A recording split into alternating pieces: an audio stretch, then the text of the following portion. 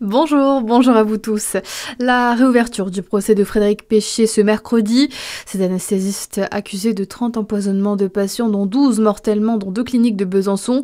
Aujourd'hui, l'étude de 2 dossiers d'arrêt cardiaque inexpliqués constatés en 2015 à la clinique de Saint-Vincent de Besançon. Des crimes que l'anesthésiste nie avoir commis. 2 véhicules détruits dans un incendie dans la nuit de lundi à mardi à Chalon-sur-Saône. Les pompiers se sont rendus dans le quartier des Prés-Saint-Jean, lieu du sinistre. Pour l'heure, son origine reste encore indéterminée. Dès aujourd'hui, les épiceries de nuit de Dijon devront fermer à 22 heures. Décision de la municipalité au nom de la tranquillité publique. Même si ce n'est pas une première dans la ville ou, à l'instar d'autres municipalités comme Lille, Marseille, Montpellier, mais aussi Belfort, c'est un coup dur pour les gérantes et gérants des commerces. Vous risquez d'entendre à plusieurs reprises quelques bruits provenant du ciel ces prochains jours. Depuis ce lundi et jusqu'au 28 novembre, des avions de chasse vont survoler la Côte d'Or pour des exercices militaires dans le cadre de sa formation de contrôleurs avancés d'appui aérien organisée par le centre de formation Nancy-Aucher.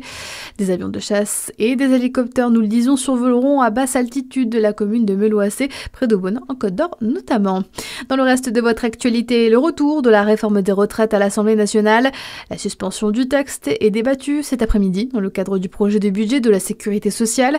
C'est, on le rappelle, l'une des principales concessions faites par le Premier ministre Sébastien Lecornu pour tenter d'amadouer le Parti socialiste. Une suspension qui divise, Clémence Lebary. Oui, et au sein même de l'exécutif. Rappelez-vous, quelques jours seulement après l'annonce de la suspension par Sébastien Lecornu, Emmanuel Macron a évoqué le 22 octobre dernier un simple décalage. À gauche aussi, cette mesure divise. Les socialistes ont été les seuls à voter en faveur de la suspension en commission des affaires sociales. Les écologistes et les communistes s'étant abstenus. Et les filles de son côté a déjà annoncé qu'il voterait contre en séance plénière. Et si elle devrait tout de même passer le cap de l'Assemblée nationale, rien n'est moins sûr au Sénat.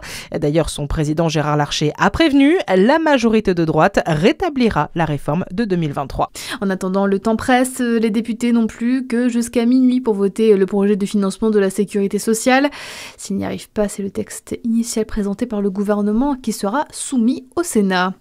Emmanuel Macron attendu de pied ferme à Toulouse. Le chef de l'État se rend dans la ville rose pour parler réseaux sociaux et stratégie spatiale. Une visite qui pourrait être perturbée par les agriculteurs. Ils ont prévu de manifester pour dénoncer le soutien du président à l'accord du Mercosur.